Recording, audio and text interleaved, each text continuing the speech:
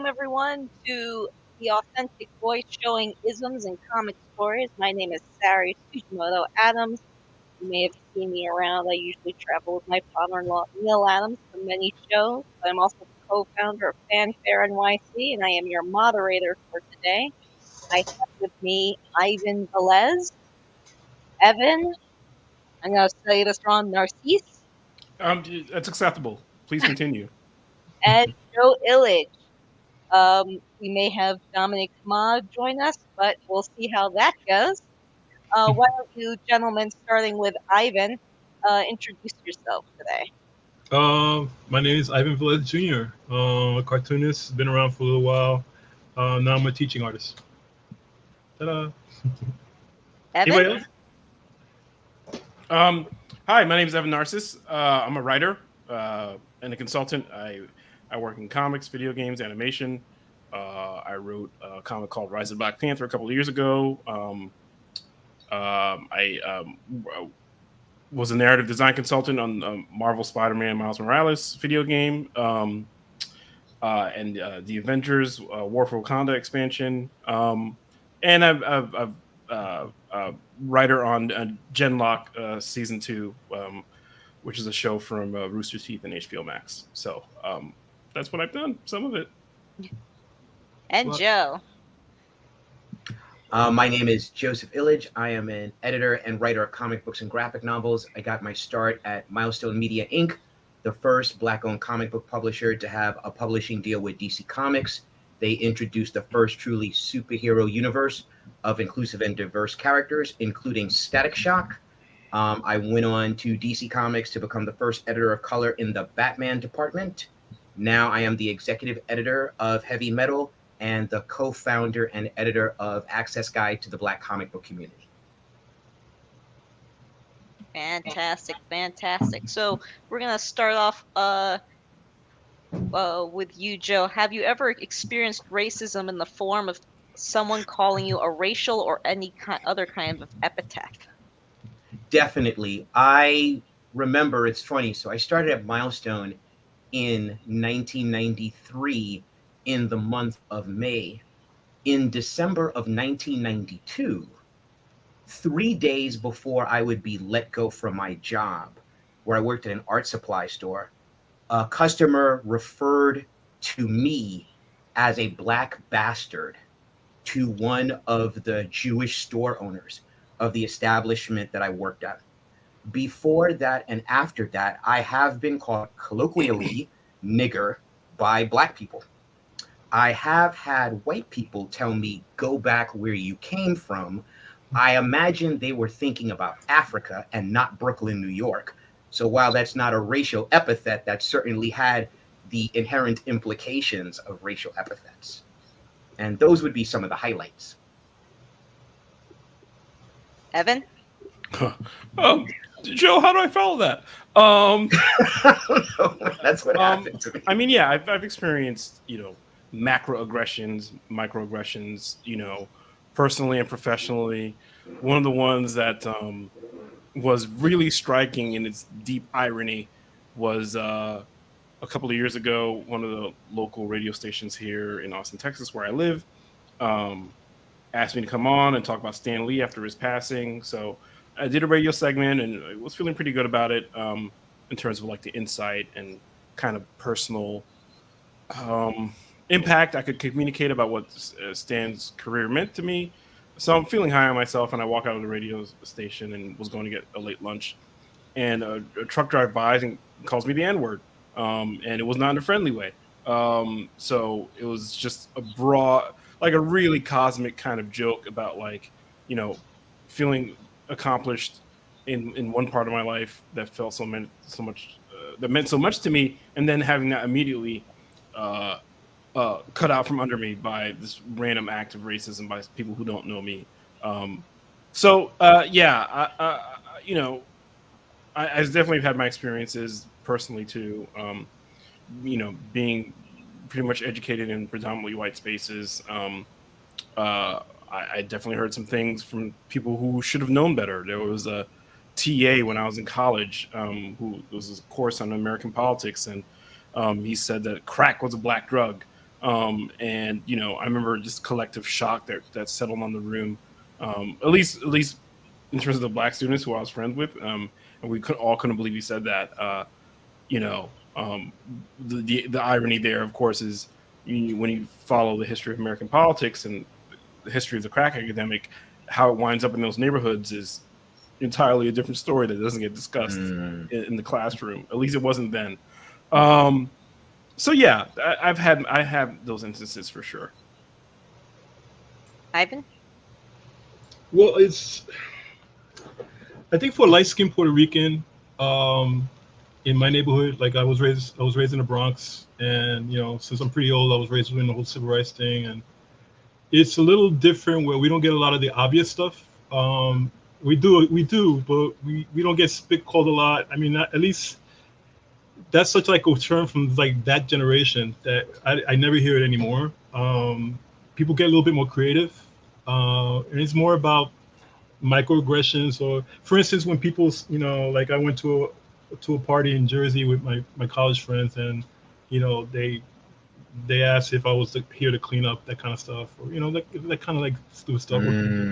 Closed doors.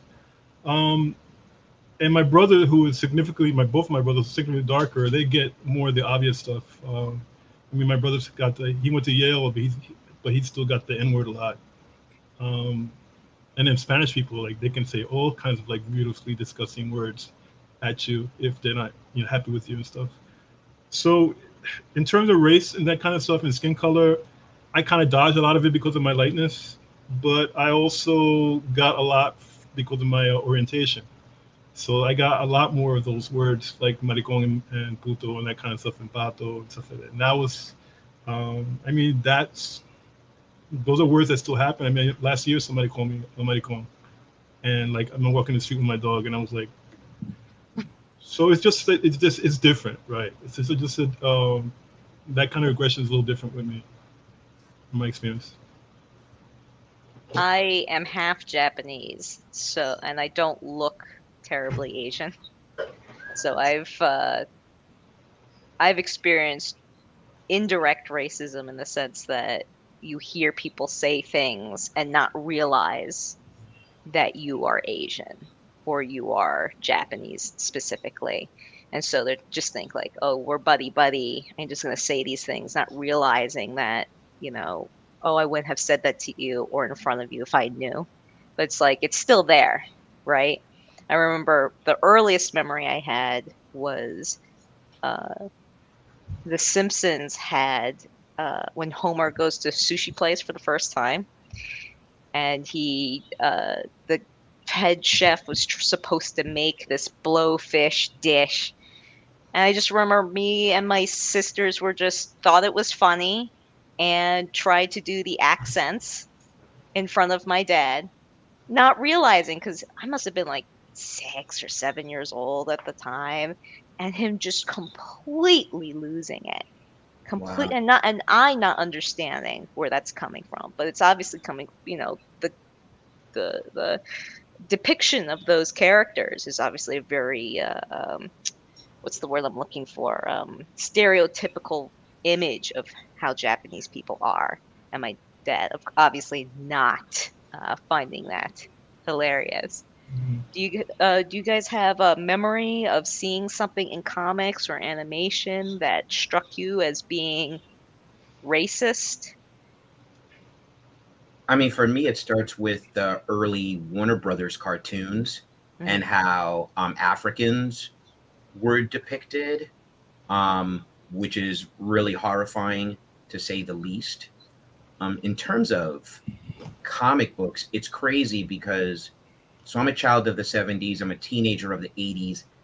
I feel like with the Marvel and DC comics, because that was mostly what I read, I didn't really see what I would call head-on racism.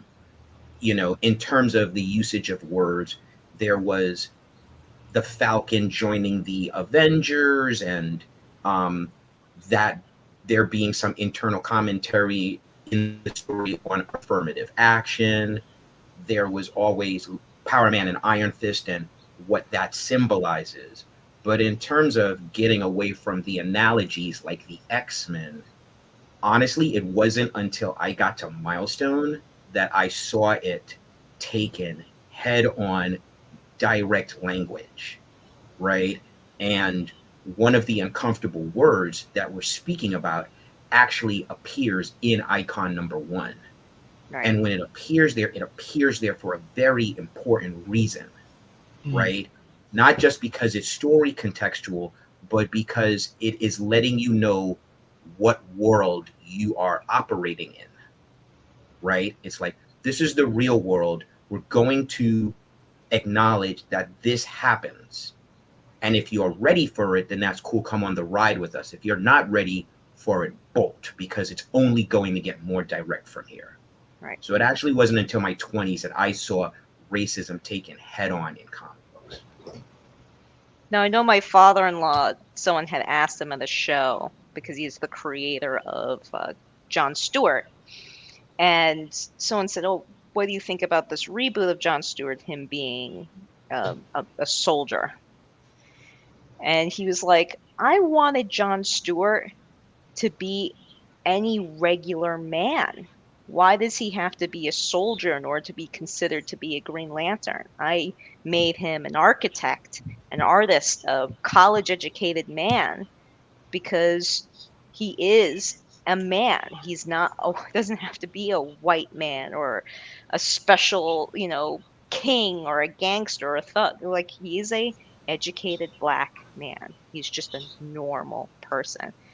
And when racism really started to bubble up a year or two ago, I helped him piece together this whole speech and letter he wrote to my husband about how he sees racism in comics and where it's going. And he just felt like when he was doing those comics with Denny O'Neil and he created Jon Stewart, I mean, one of the stories he tells is how Julie Schwartz, his editor at the time, wanted to change Jon Stewart's name to Lincoln Washington.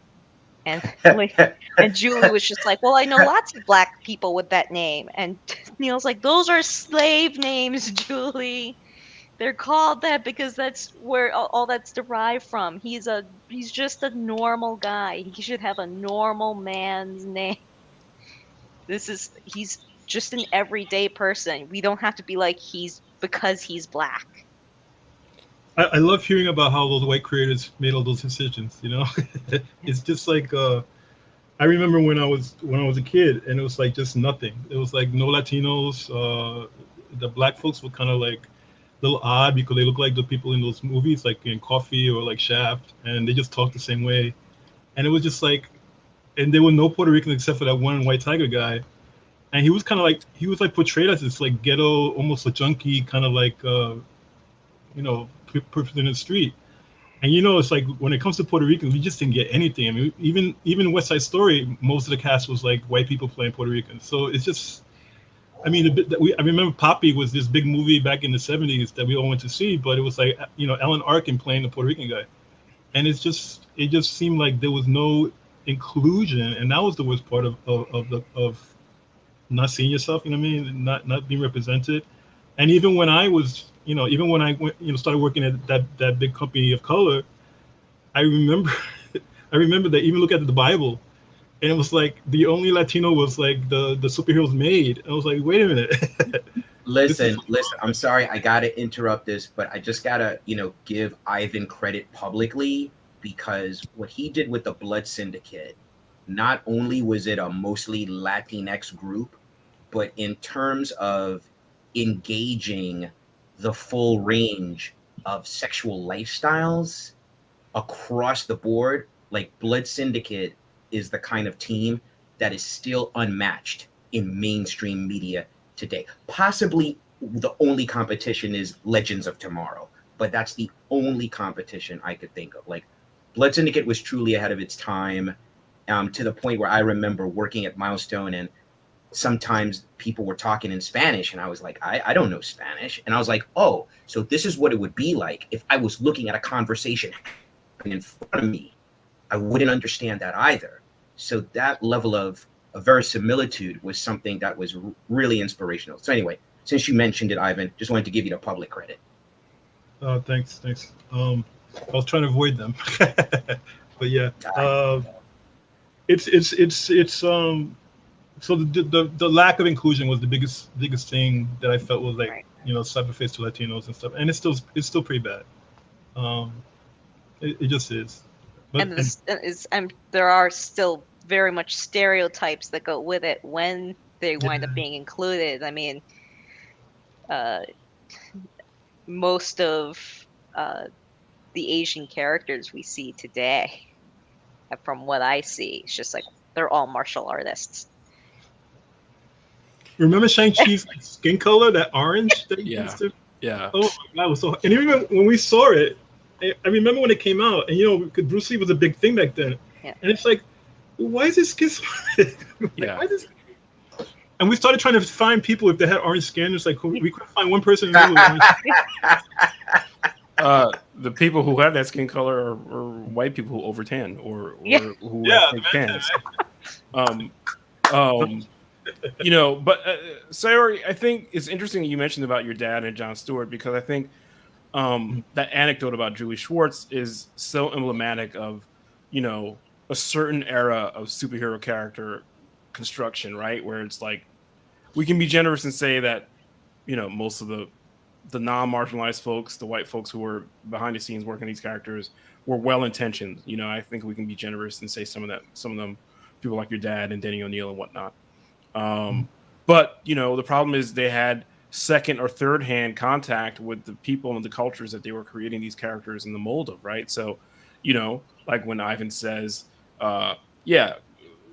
characters like Luke Cage and Black Lightning were like, stereotypes because they were molded off stereotypes. This was Marvel and DC trying to draft off the success of blaxploitation movies to make a buck and grow the audience, while also not really having anybody in their offices who came from these backgrounds, who were Black or Latinx or whatever. So, I mean, and that is kind of an original sin that a lot of these characters have had to be redeemed from. Like, I've written Black Panther comics, and I also was a critic who wrote about Black Panther comics, and it's kind of one of my personal beliefs is that that whole mythos around that character expands when Black people touch it. The minute like Billy Graham starts drawing Black Panther comics in the 1970s, you see he brings this whole Black is beautiful aesthetic to Wakanda, right? Where like, the people wearing dashikis and afros, and like they're not they're not wearing grass skirts, and everybody's not holding a spear, which was the case in some of his earlier stories. So there was a cosmopolitanism and a sophistication that Don McGregor and Billy Graham brought to Wakanda. And one of the things about characters of color, especially in the big two superhero houses, is that they need champions. And sometimes they need a specific kind of cultural texture that comes from like actually having the same lived experience as these characters or being adjacent to it. Right. So not to sound at all like an apologist for the current state of affairs, but it is better than it used to be, which is not to say, again, it still has a lot further to go. But I think you can see more kinds of humanity in the Black characters as a result of fans pushing and creators pushing, which is to say, again, there's still a long way to go, I think, with a lot of these portrayals. And probably more towards the talent behind the scenes, I think. It's a hard growth, I think, that publishing companies have to get through, because the reality is that their current base that they usually appeal to is aging out.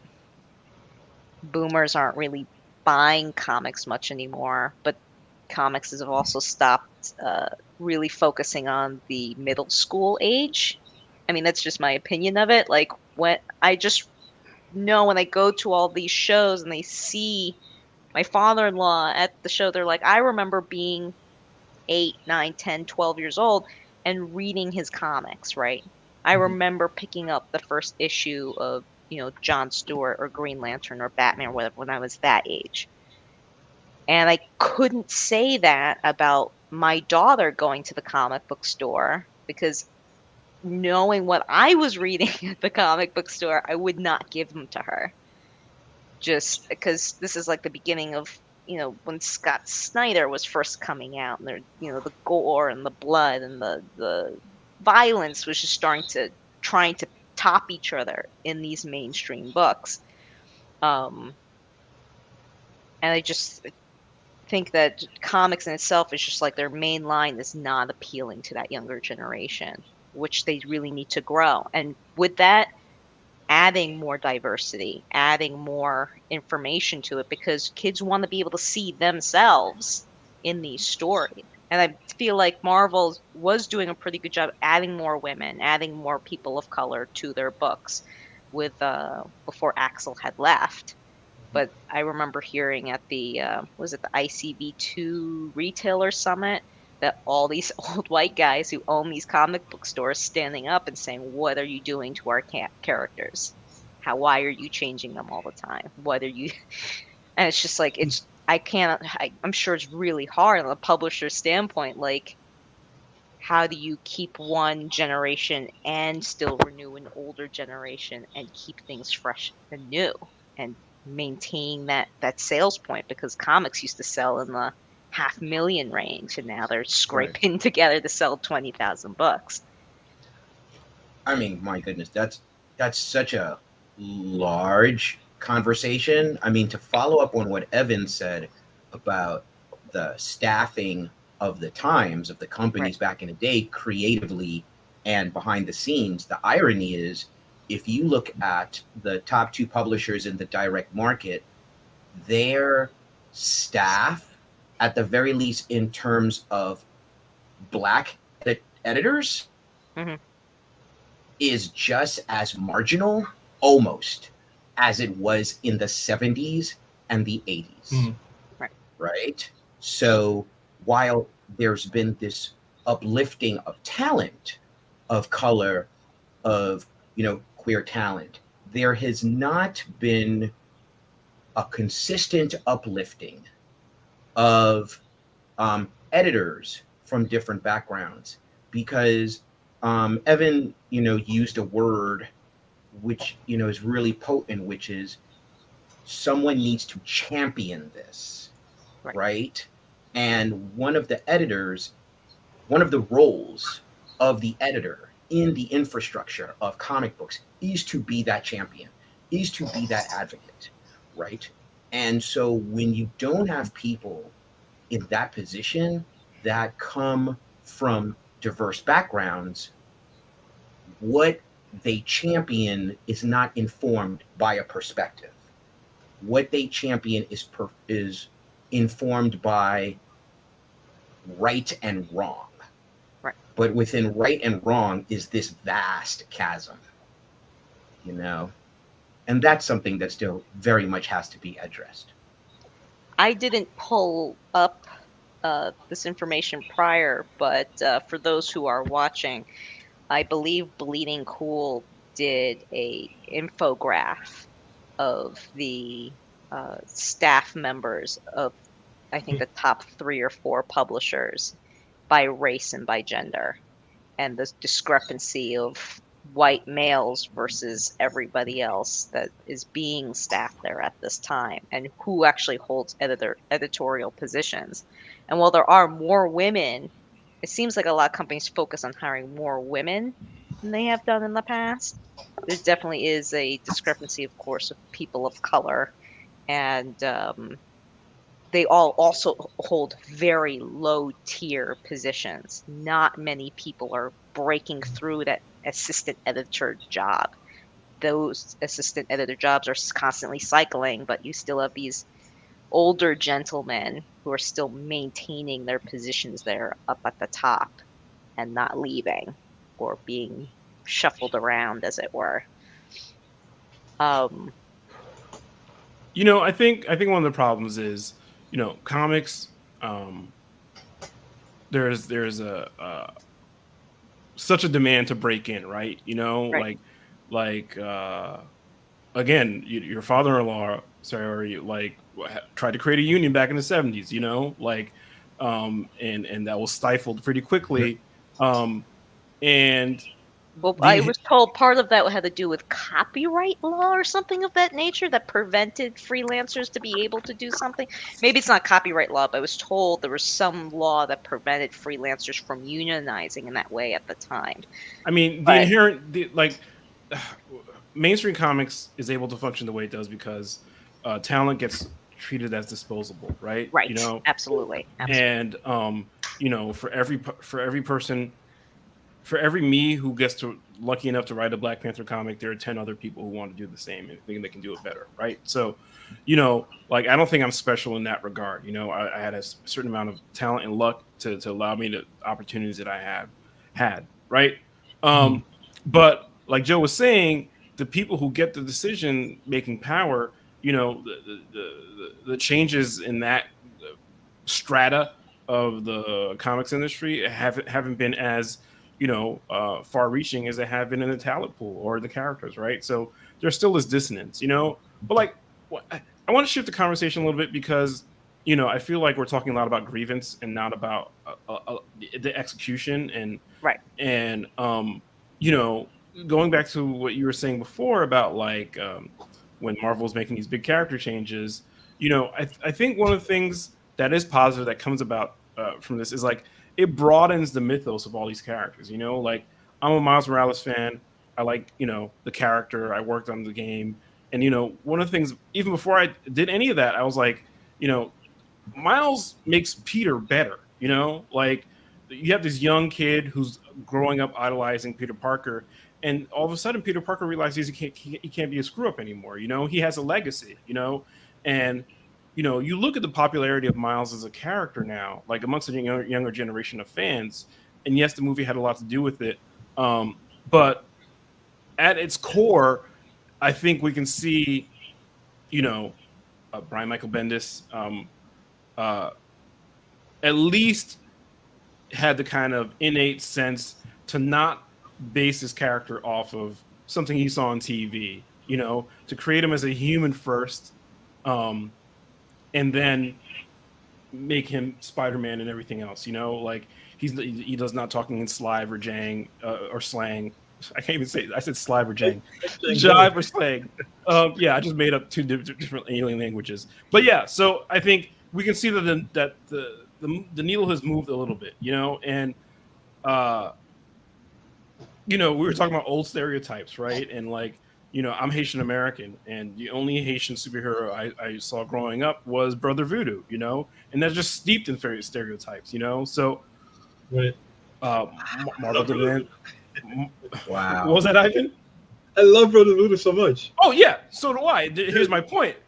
Yeah. Marvel did an anthology, their first Marvel's Voices anthology a while ago, and they asked me to contribute. They said, "Who do you want to write?" And I said, "I want to write Brother Voodoo because nobody Haitian's ever written Brother Voodoo, right?" And if you know anything about Haitian culture and Haitian history and what it means to the history of the world and the freedom movements that Black people have engaged in ever since, the slavery trade, like Haiti is so important symbolically, and none of that energy has ever been put into his stories, or very, very little, And I'm like, well, I'm a Haitian guy who gets to write a Haitian superhero. Let me show symbolically, like, what this means to me, what it can mean, So, again, I'm not trying to give these companies any credit that they're not necessarily due, but I feel like I think what's changed most significantly is that you have younger creators from more diverse backgrounds who have their eyes open about what the possibilities of the form can be and what these characters mean to people. So, like, in so much as any progress has been made, it's there and it is meaningful, which isn't to say more can't be made in the higher echelons of the industry overall. But like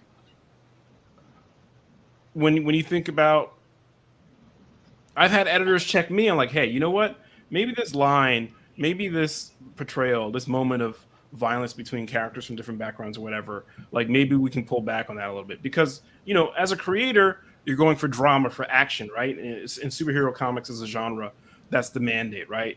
And you don't always think about those things. So the fact that I had an editor check me on one instance, or vice versa, where I've, told other creative partners I've done work with, we're like, maybe we should pull back on this, because the fact that gets considered seriously and changes the recipe of these formulas, like, is meaningful change. And I think the other thing too is, like, where we can, I think creators who get to touch on these characters from the big companies or make their own, like, we don't have to center the white gaze, the male gaze. We don't have to center those sensibilities, because we know that there are other audiences who are waiting to be spoken to, and to me that's very freeing, knowing that, like, you know what, if I make a reference to a Wu-Tang song in this comic book I wrote for the New Day or a wrestling group, like, I don't have to worry about 90% of the audience getting it. Even though it's Wu-Tang, they're pretty popular, they probably would get it, but I don't have to worry about who might not get it. It feels authentic to my experience and the experience I share with these characters, and I'm going to put it in there. And like, I've been lucky enough that moments like that haven't had to be a big fight in the work for hire stuff that I've done. I remember that feeling of joy and hope in doing comics. I was like, oh yeah. Oh, Ivan. Because the genre stinks from the head down. It's the people. Come on, it's like no copyright. People don't get taken care of. They get treated like tissue paper. They're disposable. Even when you do like royalties and stuff like that, you'll never get them, or you have to hunt them down with like a fierceness. Well, maybe there's some comfort in knowing it happens to you no matter what color you are. No, that's what I'm saying. It's just like, when kids they want to break into the industry, I say, you know what, Marvel and DC is a great place to kind of work out your skills and stuff like that, but do your own property. Make sure that you can do your own stuff, because they're never going to treat you right. They're going to forget about you. They're going to erase your ass as soon as possible. Because they want the Marvel to be the Marvel name, and nothing else underneath that. A bunch of characters who came out of thin air, evidently, that kind of thing. So it's when I hear this joy of working, it's like, I just remember that. I remember when I was working with that company. Oh my God, the days of joy and the hopes of changing the whole thing. It was a wonderful thing. But I'm just so jaded now. So when I hear that, but you're right about the hope. There's a lot more characters of color. Thank God the market is supporting that. Thank God there's money. There seems to be money and diversity now. So I think they woke up to that, or they're using that right now, and I think it's a wonderful thing. I think you're going to see, orientation and color and shade and ethnicity and class, and all this kind of stuff is coming up, and it's showing up a lot. And that's why you're going to get a Batman and a Superman who are gay. And Spider-Man's not. And I'm sure, Fantastic Four, the Human Torch will come out, and, everybody's going to come out. It's going to be a big, happy family, and the world's going to be wonderful. I mean, I think part of going to what you're saying is that the trials that earlier generations of creators went through help inform the creator mindset now in terms of business. I mean, Saori, your father-in-law fought for creator rights, the rights for artists to get their original artwork back, right? So the thing is, like, now we have a comic book industry in which agents and lawyers are part of the natural ecosystem, right? Whereas before, those were alien ideas, right? So what happens is now, and it's funny, I did a panel recently at New York Comic Con, and it was an editor's panel, and they asked all of us, to give one piece of advice to new creators. And my piece of advice was, as soon as you get your first comic book gig, get yourself a good accountant and a good financial counselor, right? Get those business things, because as much as you love these characters, as much as they informed your childhood, as much as you may be some person who, you're Brazilian, you were 6 years old and you saw Spider-Man and it changed your life. Spider-Man is a business, right? Right. And so when you come to Spider-Man, come with your love and come with your business apparatus so that it'll all work out in the end, right? I think the other thing too, Joe, is like, I mean, to be really 100 about it, like, you know, I think gone are the days where you can work in comics full time and expect to sustain yourself in a household. Unless you're really working at a pace and a volume which is borderline unhealthy, right? And look, there are people who are able Yes, to do tell it.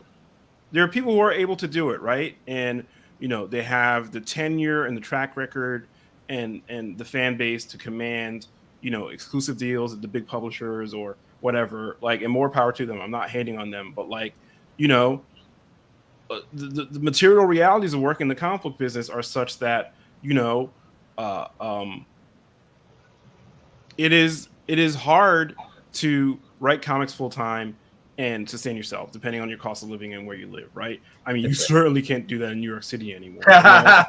Like, and I'm lucky enough to be able to work with superheroes in different media, so the compensations are different there. But that's one thing, and I think that we're talking about diversity and authenticity and marginalized voices breaking into the industry, and if you do it, all the Black comic book creators I know broke in later. They didn't break in as young people, because you have to establish yourself and whatever your socioeconomic realities are. You have to take care of those before you pursue the dream, right? And your life may not be set up in such a way that you are able to pursue the dream. Right. So that's one thing. And the other thing too is when we talk about quote unquote authenticity, that is it's a word I kind of disparage and eschew now, because really when people say they want authenticity, they want a rubber stamp, they want a force field against any kind of criticisms about if they're portraying people from another lived experience, right, or marginalized background. For me, it's what is the texture of specificity that I can bring to the comics or other creative endeavors that I'm engaging with, that make the characters feel real, and texture is such an important word for me. So there was a video game I wrote on where I had to write characters that came from different cultural backgrounds for me. You do the research, you talk to people, the tools are available to you if you're a creator, right? If you're willing to go outside of your comfort zone, ask some hard questions, maybe have some uncomfortable conversations with people who don't share commonality with you, it will enrich the work. But that willingness has to be there, institutionally, So when you say the industry's rotten from the top down, I mean, that's real, but the thing that often behooves us as people from marginalized backgrounds is having to push, right? And sometimes you don't always want to push. I don't always want to push, and sometimes you don't get the recognition or the reward, but the hope is, the work that you guys did in your careers early on open the doors for people like me, and I'm not, that much younger than either one of you, but look, I mean, knowing that Joe was at Milestone and then DC made me know I could do it, and it's the same thing with Priest and Dwayne back in the day, so, and it's weird. I have people telling me that now. So I feel that is a responsibility, and it's heavy at times, but when the reward is some mom at a signing, talking to me in Creole, talking about my son knows who you are. It's oh, okay, it's worth it.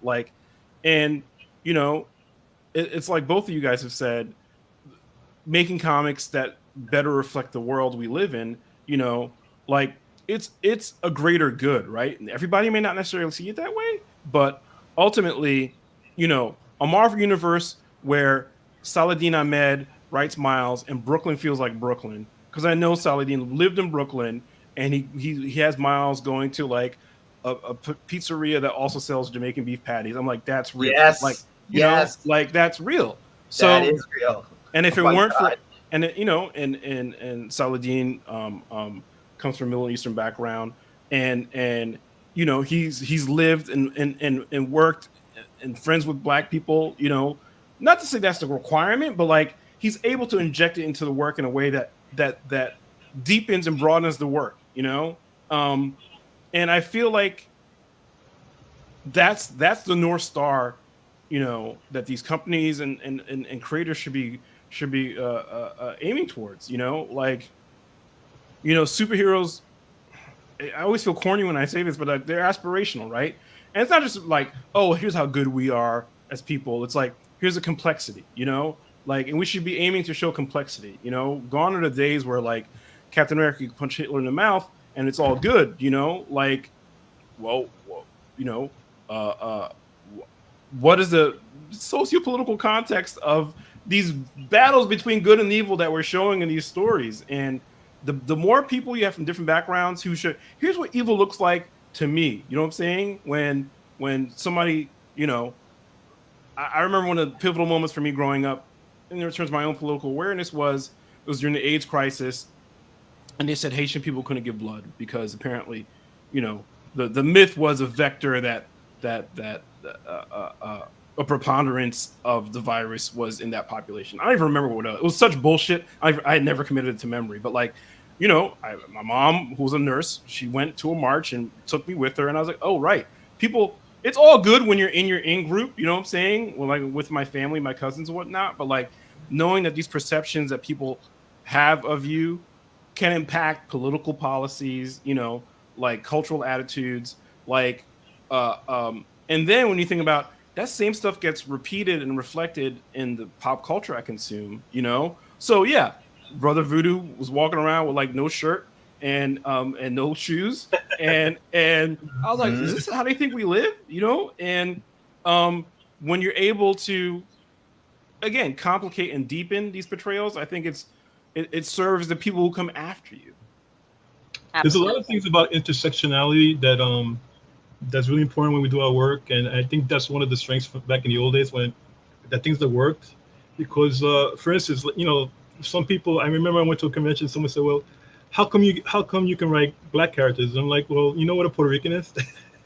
Yeah, You know that we have 25% like West African. You know, it's like, do you know that the slave trade started in the Caribbean, and so it's like we have so many different ways that we can approach things, and all these commonalities that can play. I mean, that's why, you know, I feel comfortable writing like Asian characters and Middle Eastern characters and because, you know, I come from a really mixed neighborhood and a mixed blood, and I know how it is to be poor and then sometimes middle class, and I get, you know, there's all these things you can reach from, and I think a lot of times the editors can't see that sometimes, you know, or they kind of block it sometimes. I try to write Blood of Voodoo in Ghost Rider.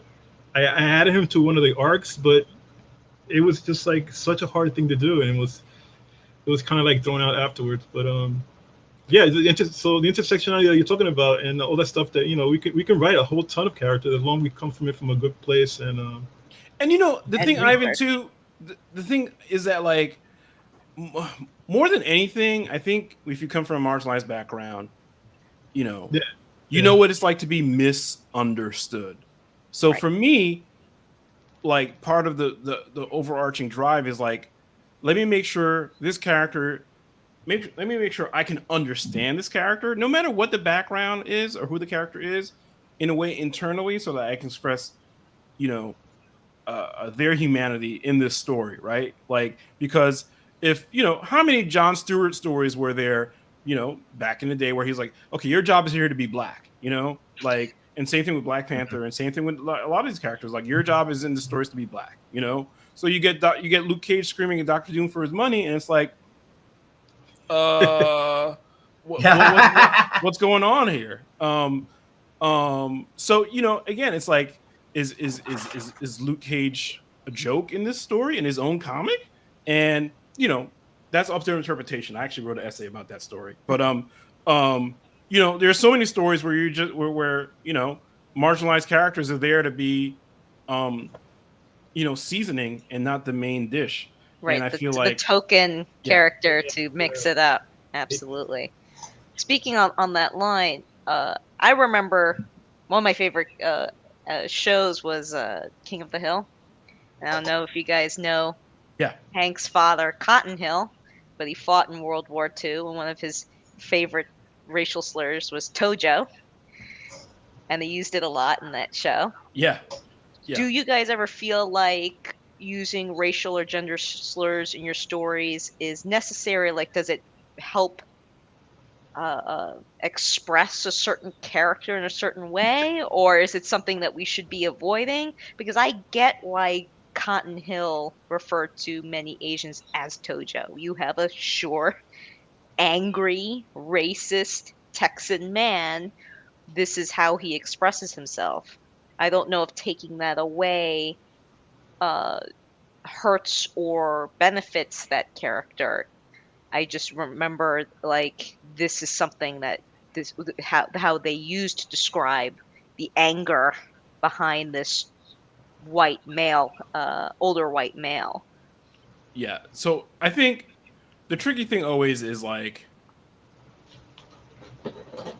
for me as a creator, I don't want to re-traumatize my audience. You know what I'm saying? Right. Like, if the story I'm telling or that needs to be told like needs to portray racism or prejudice or whatever or sexism, like, you don't necessarily have to use slurs or any diminishing kind of characterizations for people who are marginalized. Like you can get that. I think if you're skilled enough, you can get that point across without using the tojo or whatever. Like. And again, that's my own personal belief. I try to live up to it. I'm not trying to be prescriptive for anybody else, but that's what I think. So I mean, if you have to portray, racism or sexism or any other kind of prejudice, like the last thing I want is for somebody picking up that story and be like, oh, but maybe this is what I really think about it. And furthermore, the real dynamite explosive danger of it is somebody who does believe that people from X, Y, or Z background are less than human, latches on to that. It's like, see, well, in this comic book I read, they use the the N-word or whatever. I'm like, I don't want those people using something I worked on or a medium I care about to like reinforce beliefs that dehumanize me. Right. Yeah, certainly in intellectual properties, this is characters that don't really belong to you. It's kind of like you got to be careful. Yeah. And I think, especially in this day and age right now, you got to be careful because if people don't get your point, because I know a lot of people try to do it, but they have a point behind it, and sometimes it's just not done as well as they think it is. That might be a problem. I remember when back in the day I would put all sorts of stuff, but Milestone used to go scribble on it, but you can see the intent behind which it. I loved, by the way, y'all. I loved that. I thought that was so good. But there was an intent behind it because people in the neighborhood they refer to each other in all these different names, right? And this is blah blah blah. But like for instance, I'm writing something now that is talk about trauma. It's like I'm one of these people who's like, no, we got to keep talking about trauma because it's not there yet. We have to traumatize as many people as possible, as deeply as possible to make them understand because that's the only way you're going to change this shit, right? So that's part of my work now. So when I do my comics, my own personal comics, the trauma is going to be there and like written big. So I have to use those words and I have to kind of show exactly what happened in the murders and all that kind of stuff. And that's part of the game, but I don't think that will fly in these intellectual properties, these other owned mainstream properties. So I can understand that. Well, you have to be very ginger with these characters because so many people see so many in so many ways, and they keep them to heart. I know that was an issue with the creator of Punisher, because Punisher was supposed to be like is satire the word I'm looking for? No, the Punisher was supposed to be an anti-hero. Right, but I remember the creator was just like, this is what we should be avoiding because this is such an exaggeration. Yeah, no, Jerry Conway. But now the police and military are absorbing it as a badge of honor, and it's just like, I don't think you understand that's not what the intent of this was. Did you guys read the comic? Did you understand? So I get what you're saying, Ivan. Like you can write these things, but sometimes you also have to worry, like, is someone interpreting this wrong and going to wear this as a badge? Like this is supposed to be the bad guy. That Joker interpreting it wrong, though. It's interpreting it in the way that informs your belief system. So if you have a fascist belief system, Rorschach is the one you admire in Watchmen, right?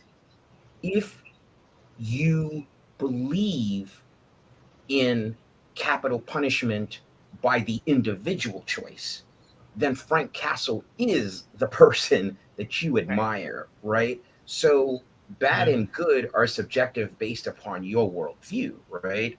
And speaking to what Evan said about perpetuation is consent, and what Ivan said about the danger of writing like characters who are intellectual properties, and when you talk about prejudice, like part of the responsibility of the writer is not just to examine it from the outside in, but also to examine it within its own internal ecosystem, right? So I recently co-wrote a graphic novel with Hannibal Taboo that centers around Prince and the whole Minneapolis music movement of the 80s. And the more I dug into Prince, the more I understood, and this was something that Hannibal put me onto, is that Prince was an agent of colorism. He totally was prejudiced against darker skinned people as it related to his business empire. I don't know personally, but as it related to the choices of musicians and people that he brought into his empire, there was a bias towards lighter skinned people, right? So there's a scene that I wrote in which, the lead character in the story is this darker skinned black woman who creates this band, and that band is competing against all these bands in Minneapolis to become Prince's band. And Vanity is having a conversation with Morris Day. And Vanity refers to that black woman, that darker skinned woman, and Morris calls her pretty. And Vanity said, she's not so pretty, right? And if you know what I'm talking about, you know what that means, right? That means that even within the black community is the Jack and Jill complex, right? And the paper bag test. And so the brainwashing that is injected upon us, and that partially happens in the comic book industry, right? That's also internalized as these micro prejudices, right? Of being heteronormative or queer, being lighter skinned or darker skinned, right? So it's like, so when we have to make the decisions to tell truthful stories, that truth has to be within our communities as well as reflecting the assault that we're getting from outside of our communities.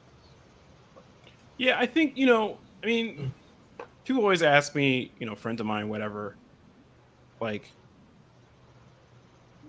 what is the hope in working in the entertainment industry when like the odds are stacked against you in so many ways? And like for me, it's like my drive is towards creating more multiplicity. You know what I'm saying? So it's like me and the other black guy aren't necessarily the same.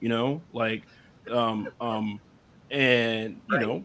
Joe comes from a Jamaican background. I come from a Haitian background, and like, yeah, to somebody from outside of those experiences, like you're both Caribbean, right? Like it's all good, and it's like, no, it's not. Like No. there's differences that are significant. And if we are able to create multiplicity behind the scenes, in the editorial offices, in the freelance, base, in the characters, and hopefully in the audiences, like for me, the frustration comes is like we would have so much more stories to tell and better stories to tell and more richly textured stories to tell. Like if the multiplicity, actually existed, and I hate to harp on Milestone, especially you two guys on this panel, but like that to me, that was one of the most great things about that company was like, what? Guess what? No,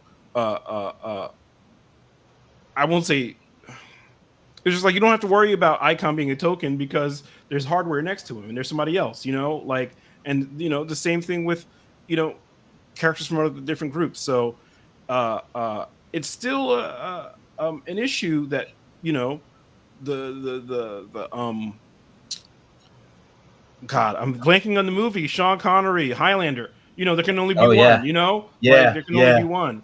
But like, no, that's a rule that needs to get thrown out. Like, and this goes from creators and editors in characters too. It's like you can have more than one character speak to a cultural experience or a lived experience from the same background or different backgrounds. Like Saori said, Asian characters being martial artists is still like the preponderance, and that's right. But like, you know, uh, uh, uh, I was just about to make another milestone reference, so I'm just going to stop talking. I was just going to say, David Kim in Zombie was a doctor. Like, hooray, he didn't know any martial arts. Like, so, Yep.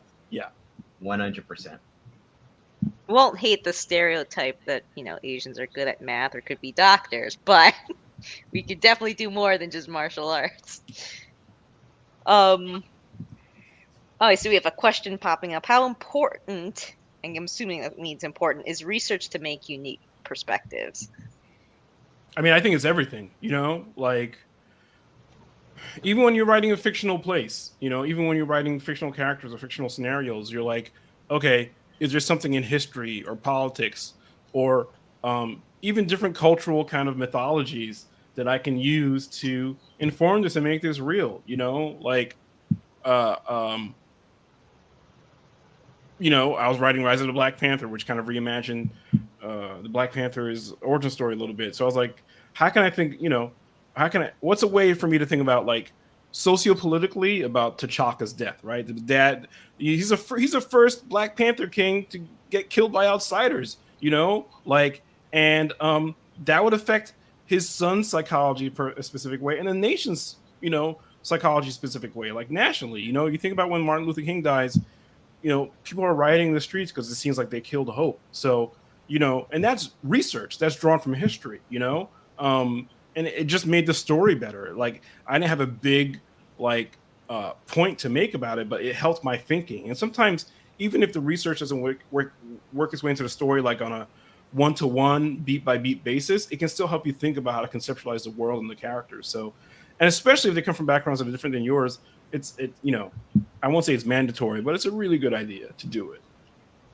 No, I mean, definitely one thing that impacted me years ago was when Jean Wen Yang was the national ambassador for children's literature, and he did a presentation and he spoke about the responsibility of the writer. And the idea is not that you only write in the lane of your experience. The idea is that you have the responsibility to do the research, to talk to the people, to do that which is necessary to inform the stories outside of your experience with integrity, right? The goal of literature and our society isn't or shouldn't be to keep people on a track that is a barrier. It should be to, invite the conversations, right? But it's the difference between being a responsible writer or being an irresponsible writer, or being a writer that will do the work, or being a lazy writer, or being an open-minded writer or a closed-minded writer. Yeah. And I do believe that expands to editors, because editors are the caretakers of the characters, of the intellectual properties. They are the allies and advocates for the creators.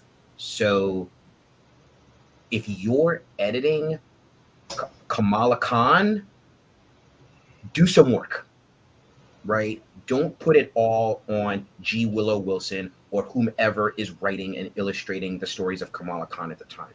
You do the work so that you can be a participant in this story.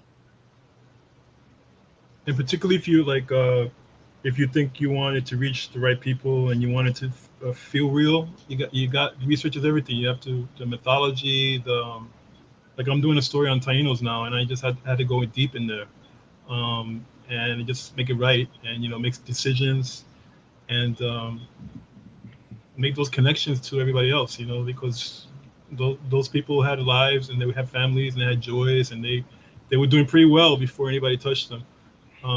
Yeah, you just kind of remember where they came from, how they connect to you. I remember when we did the part of the Bible for Milestone, and that I did so much research back then. I mean, we didn't have Google back then, not like it is now. Right.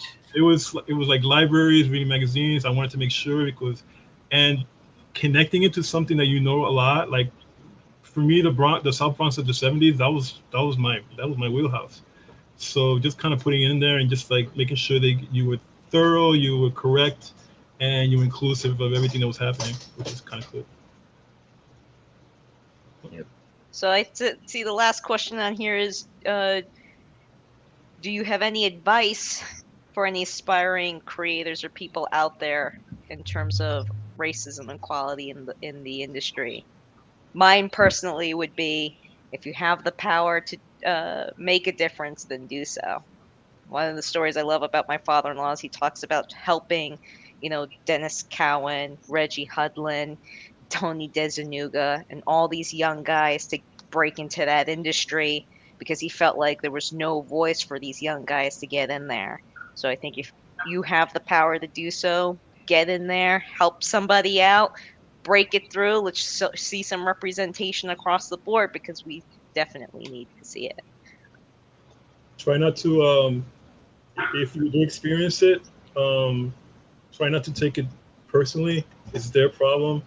Because I remember that, like, Marvel during the '90s was a horrible place to be if you were me. And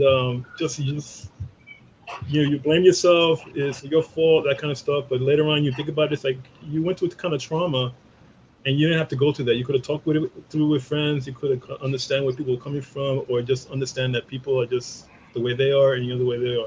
So don't take it too personally. Get that thicker skin. I wish I had thicker skin back then. Oh my god. But just move on. And if you feel uncomfortable in what place, that's the place that you should be. You should be someplace where it gives you love and nurturing and stuff like that. Mm-hmm. We got Ramon come back. Oh, for me, I mean, I guess the one thing I would say is find community if you can. Community of creators, of like-minded people who have similar goals and hopes that they're trying to achieve.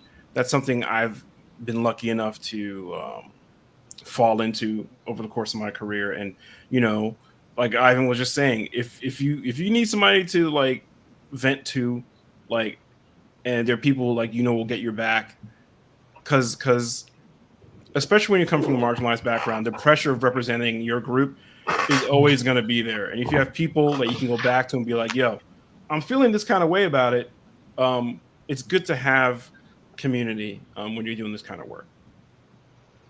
And with that, I'm going to throw it back to Ramon. Oh, wow. I get to answer a question?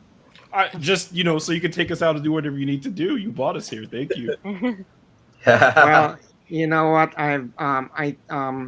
What Evan says absolutely right. Not just community, but you have to build relationships within the community with with your peers, other creators, publishers, editors. It's all about, aside from talent and hard work, it's really knowing people who can help you. So, and the way I do it is by organizing something like this.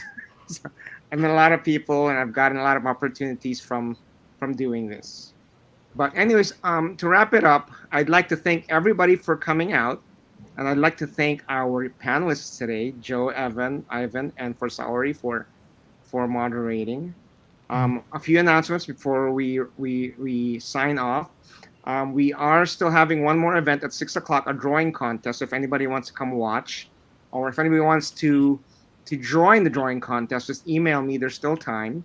And then at 8 o'clock, we're having an after party, and you can access the link on the homepage for the Diversity Comic Con website.